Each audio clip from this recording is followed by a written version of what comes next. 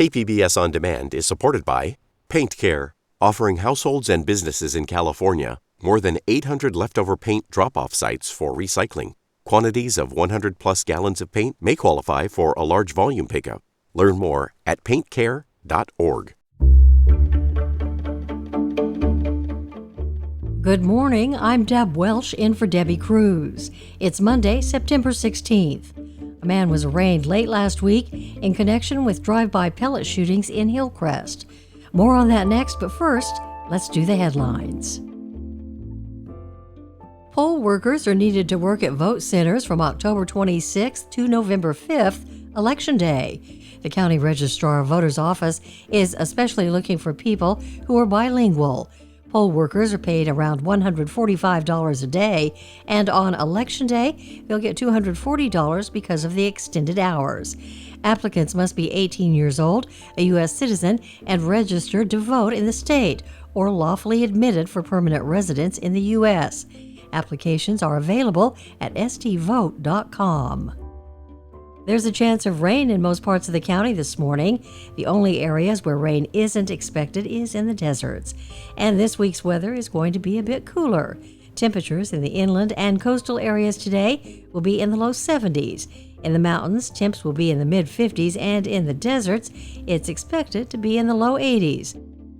The county's newest sports and entertainment venue is now open. Front Wave Arena in Oceanside is kicking off its opening with a gymnastics tour featuring Olympic medalist Simone Biles today. Josh Elias is the CEO of the new arena. Yeah, this is a homegrown project, and it's really for the community, and we can't wait for people to come and visit and see what we have going on here and what it's going to add to, not only Oceanside but North County, San Diego. The arena will be home to both the San Diego Sockers and the San Diego Clippers. From KPBS, you're listening to San Diego News Now. Stay with me for more of the local news you need.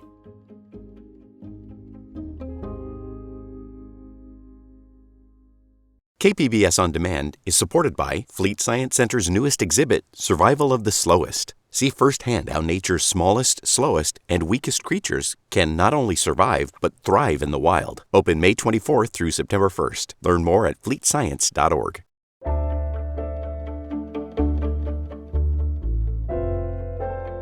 A 19-year-old man has pleaded not guilty to a series of drive-by pellet gun shootings in Hillcrest earlier this month. Hernan Guarduno Hernandez was arrested Wednesday. He's accused of firing at 6 people outside the Burger Lounge on University Avenue on September 7th. Earlier this year, there was another series of pellet gun shootings outside gay bars in Hillcrest. Authorities have not connected Hernandez to those incidents, which prompted some extra security measures in the area. North Park resident Kevin Wersing said he finds comfort that law enforcement took these incidents seriously and are taking action. There's some shoe leather that they spent, and somebody at a high level had to tell somebody at a lower level, we need to deal with that. That's what I'm pleased to see. Hernandez is set to be back in court later this month. A recent Sandag report said hate crimes were up by 39% in the county, and sexual orientation was the second most frequent motive for those crimes.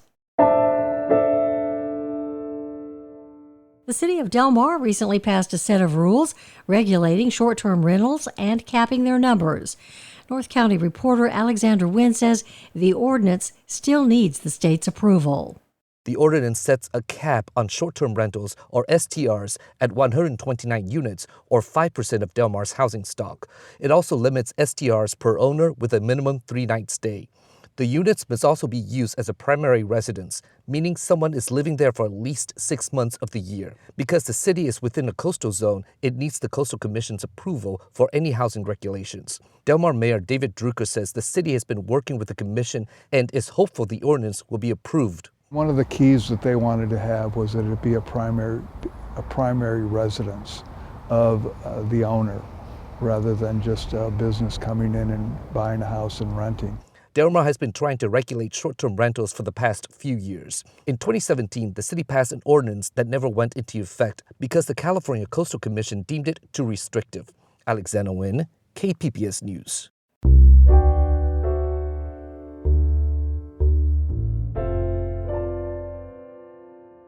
A San Diego shelter agreed to pay a man $43,000 after he and his pets were kicked out of its housing program.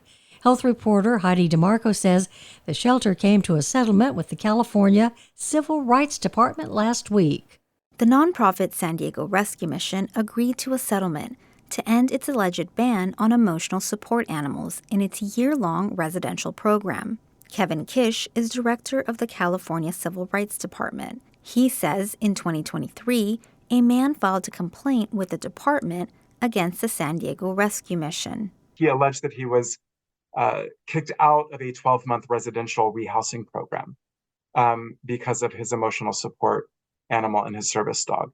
And he had a letter from his medical provider talking about his need for these animals. Kish says the rescue mission agreed to make changes. Most importantly, they have changed their policy, and they will no longer not allow people to access the housing services if they have emotional support animals. A 2022 state law made it easier for homeless people to bring their emotional support animals to shelters and public places.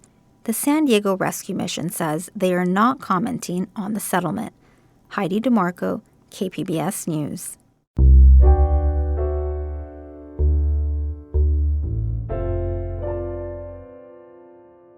Starting today, our newsroom is launching a new project called Public Matters. We'll explore how we engage over politics and how government impacts our lives. We'll talk about democracy and threats to it. Public Matters reporter Amitha Sharma explored these ideas with one of our partners on the project, Voice of San Diego CEO Scott Lewis. So Voice of San Diego, KPBS, and iNewsSource have entered a partnership to cover what's happening to our democracy. It's called the Public Matters Project. What are your hopes for it?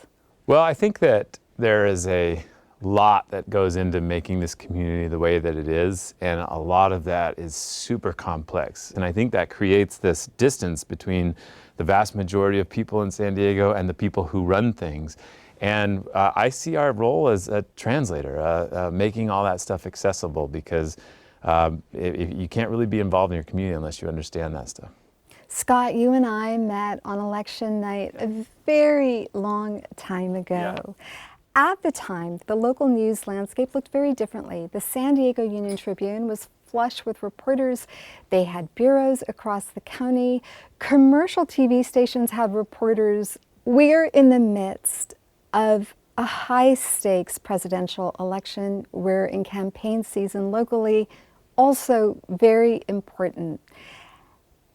How would you describe the state of local journalism today?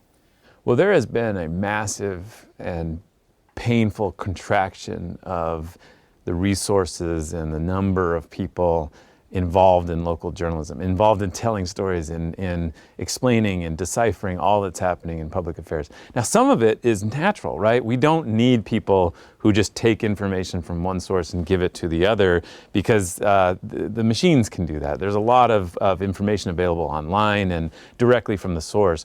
What we still need, though, and what we're losing too fast, are the people who find out what leaders don't want to say or make sense of what they do want to say. And I think that that's the scary part, and that's what we've all worked to try to replace or try to grow in a different way. I think that we are at a moment, a big moment for the nation and for San Diego. I think our housing crisis, our cost of living crisis, our homelessness crisis, all of the issues that go along with law enforcement and the environment and in San Diego, those are big issues that we need a lot of leadership on. And these are the moments where we get to watch the kind of bolts come apart in the universe and peer in and make a difference before it settles back together and continues cooking. I want to bring this point back, though, to where local journalism is.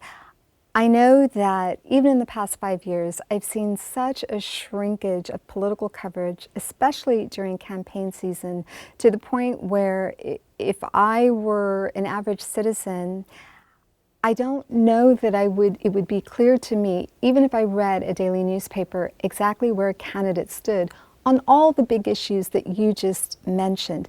That's the part that worries me. How worried are you? I think that the real place you see this play out is in mailers. Mailers fill our mailboxes the moment ballots come out.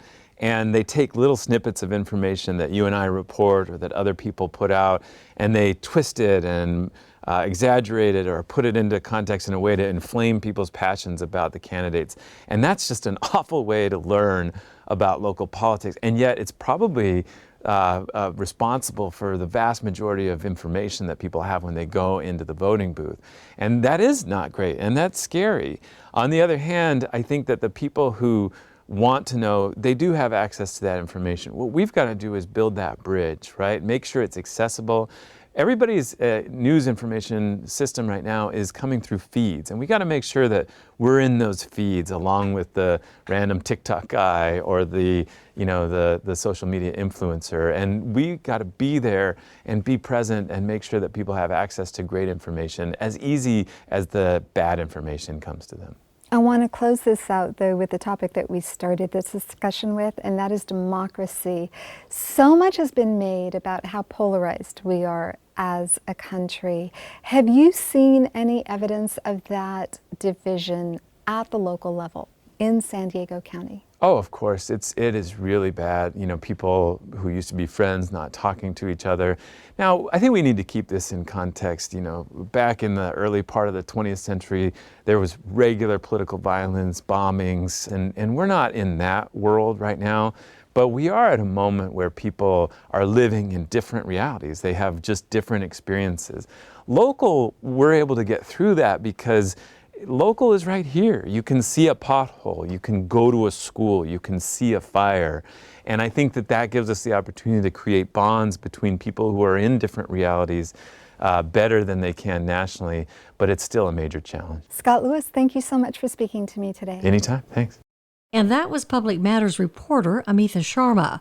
To explore all the Public Matters stories and sign up for updates, visit kpbs.org/Public Matters. That's it for the podcast today. As always, you can find more San Diego news online at kpbs.org. Join us again tomorrow for the day's top stories. I'm Deb Welch. Thanks for listening and have a great Monday.